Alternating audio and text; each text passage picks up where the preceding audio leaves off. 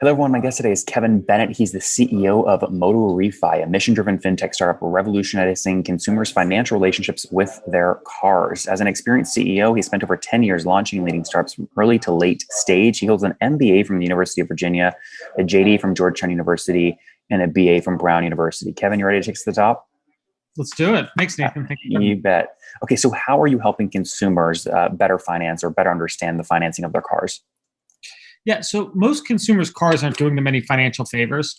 What they get at the dealership, in that transaction, and they drive off with a big stack of paper that they usually haven't read or probably won't read. It's above market interest rates often. They're being overcharged on those insurance products they get at the dealer, like gap insurance warranties, and we help put them in better auto loans, lower price. We often cut the interest rate in half. With community banks, credit unions, or their lending partners, and help them save money. What are the rates typically? I'm just not familiar. What are the rates typically? We typically will get folks in rates that vary from anywhere from 5% to 25%. It's pretty amazing. We have rates on our platform as low as 1.49. And so we'll often cut those rates in half, and we save our customers on average $100 a month on their payment. Interesting. Okay. And so where do you enter sort of the customer journey? Are you selling directly through dealerships, or how's it work? We are refinancing. So oftentimes anyone who's bought a car, they realize they're getting all of that at the dealer. They're getting their loan at the dealer. They're getting those financial products at the dealer and insurance products. And we are actually helping them often discover refinancing. Most consumers don't even know they can refinance their car and save money. And so we're helping them realize that that's a financial moment in their lives, that just like refinancing your home, where you can save money on your car, and that's that $100 a month is grocery, gas, stuff for the kids. It's real value for folks. Oh, it's especially today. I mean, it's very real value. So, I mean, give me a sense here. I want to put this on a timeline. We're going to go back to your day one here in a second, but I guess last 12 months, how many of these did you refi? Yeah, it's been pretty wild. So we did over $250 million in refinancings last year, and we will do orders of magnitude above that this year. Do you think you'll break $1 billion? We'll see. I mean, is it possible? You obviously know your numbers. You have projections.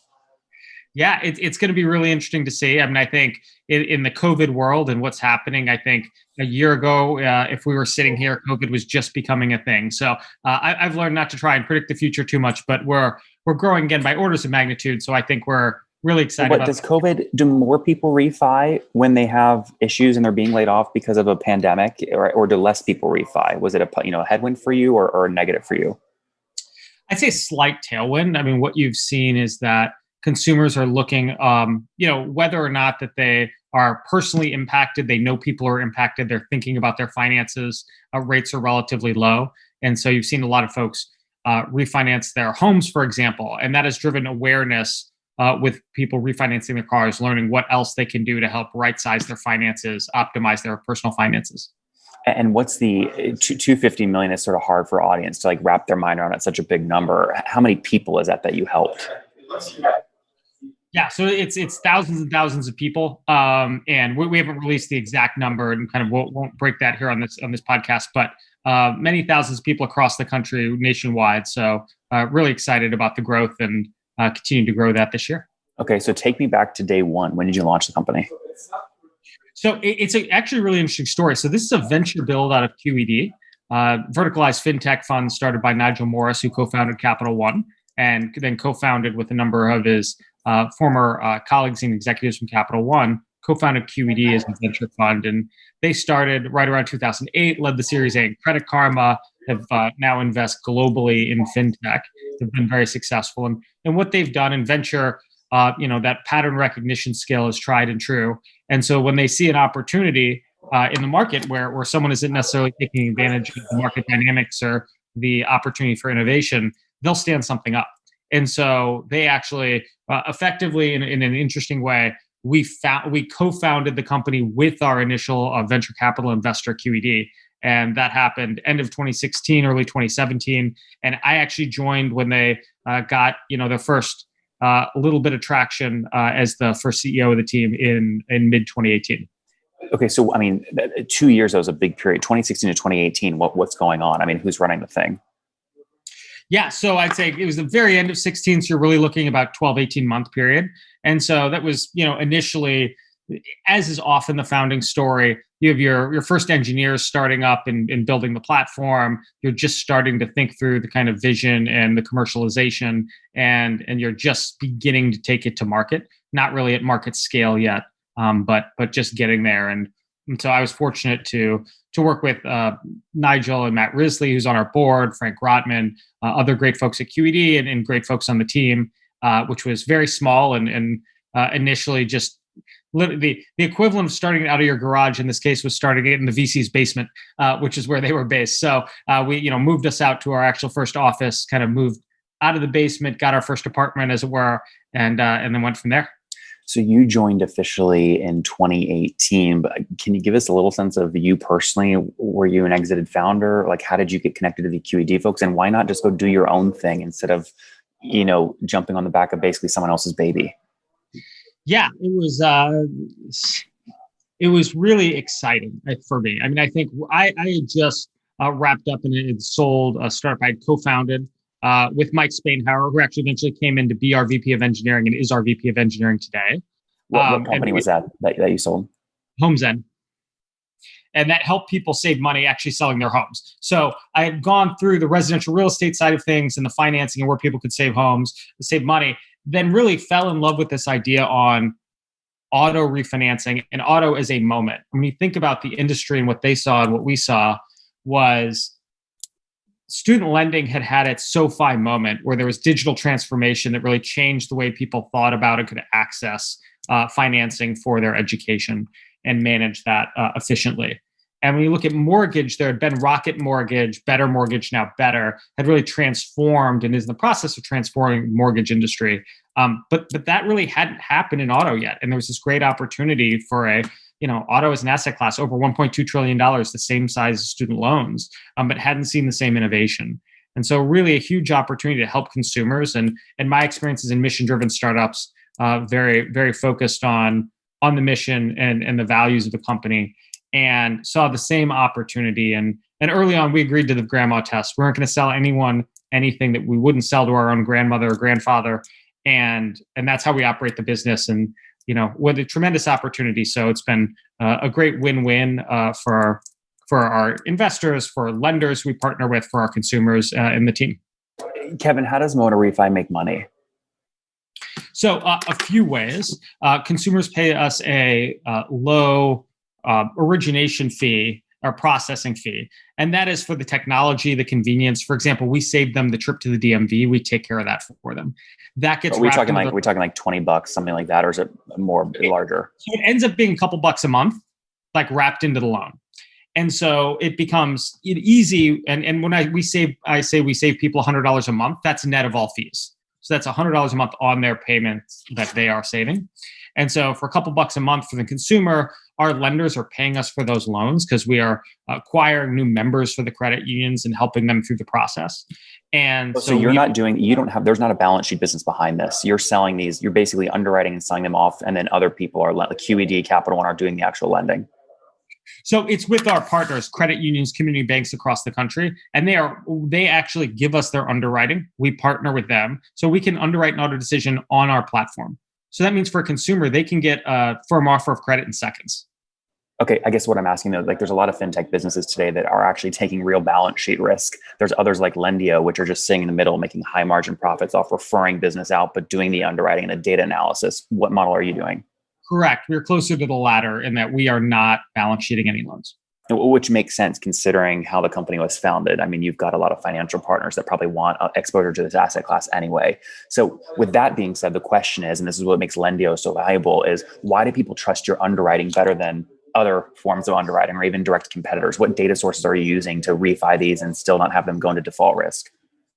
So we run a matching marketplace. And what that means is consumers are getting a digital experience that they're not getting elsewhere. And through some initial data they provide and some third-party data pulls, we provide a very rich data set.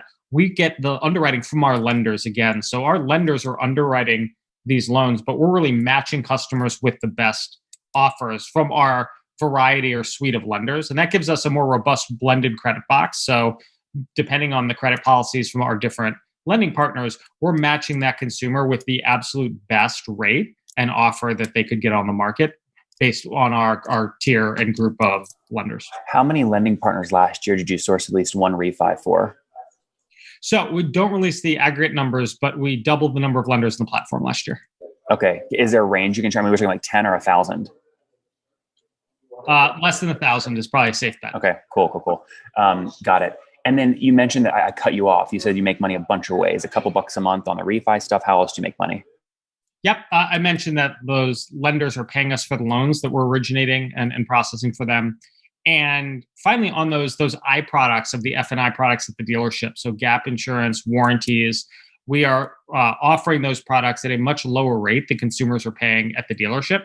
And so they can often get a refund in the mail, $1,000, $2,000, $3,000 back by canceling the policy they have, which they're probably overpaying on, and then getting a policy through us and wrapping it into their financing.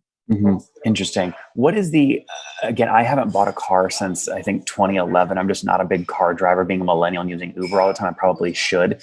But what is the average size of a refi these days? Is it like 10 grand or I don't know. I just have no idea. It's significantly larger. I mean, wow. But it could be, 15 to 30 easily, sometimes north of 30. Oh, wow. Okay. So is that sort of a fair average between 15 and 30 for most refis? Yeah, I mean, broadly speaking, it goes a little north of 30, but down to 15 is about right. Interesting. Because most people are overpaying at the dealer, it actually makes sense to refinance pretty quickly. And so there's a lot of residual value on that vehicle, and you can save money over a longer period of time. Interesting. And then again, I don't do a lot of interviews or data or understanding or studying on the B2C sort of balance sheet business from fintech models. I'm more on the B2B side. I know on the B2B side though, one of the ways a lot of these folks make money is they're charging a 1 to sometimes 2.5% for referral fee, right? When they have a lending provider that actually fills a loan that they helped underwrite and collect data on. I imagine your rates are obviously different with every lending partner, but is it generally sort of in the 1 to 5% range for each one you sell off? So that's where the lenders pay us for the loans that we're originating for them, for sure. Exactly. I'm just curious, is it a percentage, and is the percentage somewhere between sort of 1 and 5 usually, or is it lower or higher? Yeah, ballpark, that's roughly right. Interesting. Do you when you look at B2C models like yours, I mean, is this sort of the revenue model of the future for these fintech players? You have experience at Homes and you have experience here. Is there anything you'd change about the business model and opportunity you see that's not being executed yet? No, I think we're really excited. I mean, we think when you look at the opportunity in the space, there's so much opportunity for innovation. There's so much opportunity to provide a better digital experience, to leverage data, to be more efficient, both on the consumer side and the lender side. And that's where we're creating a ton of value. We think that business model that we have really reflects that, where the consumer isn't paying most of the cost. It's really split a number of different ways, and that allows everyone to win. Yep, that makes sense. Now, when you look at your 3 different revenue models that you just articulated, the origination fee spread out over the term of the refi, the selling it off to a lender, and then also, I think you said gap and warranties and the direct products like this, without asking obviously absolute numbers, you probably don't want to share those, but on a percentage basis, can you break down last year is 100%, what percent was in each of these buckets? It's about even within each. Oh, wow. So it's about 33 to 30. Yeah, I mean, roughly speaking, I wouldn't give exact percentages, but... Are you more bullish or bearish on any one of these lines over the next 5 years? No, we're not. I mean, we think all make sense and are a great deal. I mean, the consumer, again, net of fees, is saving $100 a month on the refinance, and that's $1,200 a year, obviously, in real money. And for the lenders, it's a great deal. We operate up to 20% more efficiently when it comes to approval rates and funding rates, based on the data integrations we have, based on the software we run. So incredibly efficient for the lenders, which provides a faster, better experience for the consumer, but also efficiency for the lender. So we think we've got a great value prop for all of our partners, and are really excited just to keep growing and scaling the business. With the federal government printing money like crazy, there's a lot of people arguing cost of capital, right? I mean, capital is basically becoming a commodity in some of these aspects. Does that put downward pressure on your ability to charge, even if it is just a couple extra dollars per month as an origination fee? I think when we're delivering savings, I mean, the reality is our value proposition to consumers is free money, right? We're saving them $100 a month where they wouldn't otherwise get that saving. So we're really excited about the value prop, and we don't we don't see a lot of resistance to the model. In fact, people are really excited about being able to save. Let me re-ask that. The 1,000 or so, or less than 1,000 lending partners that you have, as they see more pressure because there's more sources of capital, because there's more capital in the marketplace, they're going to be less and less likely to have margin to pay you your 1 to 5%. Do you anticipate downward pressure on that line of your revenue? So we actually see auto as an asset class being more compelling relative to other asset classes based on the return and risk profile. So we see more emphasis and growth in auto lending actually vis-a-vis other types of lending. So while there could be impact on other areas of a bank or lender's business, we're not seeing it in auto. Interesting. Is there any data business here? Are you selling data related to these refis to anyone else besides folks that are on your cap table directly?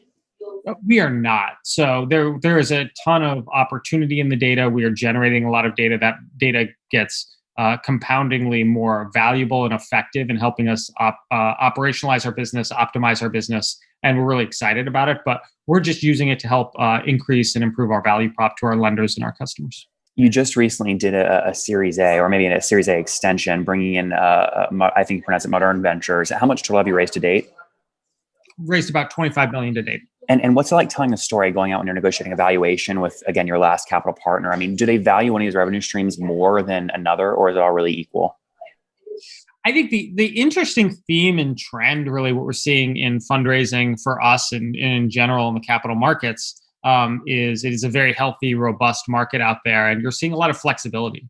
So when we went out, for example, we raised a Series A about a year ago. And that was roughly $10 million. And we weren't planning on raising again until later in 2021, later this year. And what we saw, given our growth numbers and trajectory, was a lot of inbound interest toward the end of last year and the opportunity to be efficient, opportunistic, thoughtful about incrementally adding capital to the business from the right partner at a low dilution and a strong valuation. And so Modern is a great partner, and Liza has been great to work with. And they have experience across real estate, fintech, insurtech, and have been another great partner to add to the cap table in the business. You said 250 million was the number for 2020. What was that number for 2019 in terms of total refis? Don't remember off the top of my head, but significantly less. Like, was it? I'm trying to back into a growth rate. Was it more than 100% year-over-year growth? Oh, so we announced it when we announced the round that we grew last year monthly revenue 6x. 6x, got it. So you mean that means you're probably doing something like $40 to $50 million in refis in 2019, 250 in 2020, and if all goes well, maybe you do 800, 900 million this year. We are seeing things on a similar trajectory, so we're feeling really good about the growth, and we think this year is going to look a lot like last year, if not better. Kevin, we love that. Let's wrap up here with the famous five. Number one, what's your favorite business book? My favorite book, and I will give you my favorite chapter of book, which is I Still Love Good to Great. I still love Level 5 leadership and the contrast in Level 5 and Level 4. It's not about me. It's not about any CEO. It's about building the right team and systems and processes and culture. And still love that lesson to this day. Number two, name a leader you're following or studying.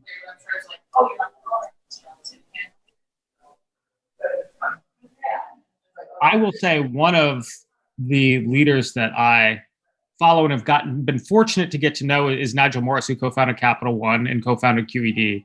And his views and insights in QED's, broadly speaking, around the future of fintech. I would recommend Frank Rotman's white paper, The Copernican Revolution in Banking. Say that again, the what revolution? Copernican Revolution, like as in Copernicus. The Copernican Revolution in Banking by Frank Rotman. What Matt is putting out on social media, Matt Risley, and Nigel, of course, in his interviews. It's really great stuff, and they have their finger on the pulse of the future of fintech, and they've been great partners in the business. Actually, I meant to ask this. Would you ever raise a $200 million fund and start doing these yourself to capture extra margin, actually launch a balance sheet business? It's a great question. I think one of the keys to success is often do less and do it better and really stay focused. And so I think we're really focused right now on scaling what is a great and fast growing business and really heads down on that. And I think we see tons of opportunity in the future to expand on the core business model. But I think we are for the near term focused on just continuing to grow and build the core business, which is operating really, really strongly. Number three, what's your favorite online tool for building the business? Could you repeat that? I'm sorry. Favorite online tool for building MotoRefi? Online tool. Well, I would say Slack. We are a Slack culture, Slack over email for sure. We use Slack a ton, and Lattice. Lattice in terms of culture and one-on-ones and feedback has been really great for us. Kevin, number 4, how many hours of sleep do you get every night? I aim for 8. I often get a little less than that. And what's your situation? Married, single, kids? I am married and a proud parent to a rescue boxer pit bull named Judy Garland. Oh, I love that. And how old are you? You said how old? Are you? Yeah, 40. 40. Last question. What's something you wish you knew when you were 20? I wish I knew the power of technology. I came late to the tech industry and was in more of the public service political world, which I very much enjoyed. And what I love today is building mission-driven businesses that leverage the power of technology to drive exponential outcomes. Guys, MotoRefi.com, $25 million raised, launched in 2016. Kevin came in 2018 to lead as CEO. They make money 3 ways. Origination fees, as they save money for consumers as they refi those auto loans. Lenders then pay for a lot of these loans. And then they also sell direct gap insurance warranties, things of that nature. Kevin, we're rooting for you. Did over $250 million in refis last year. We'll see what happens in 2021. Thanks for taking us to the top. Nathan, it was great. Enjoyed it. Thank you.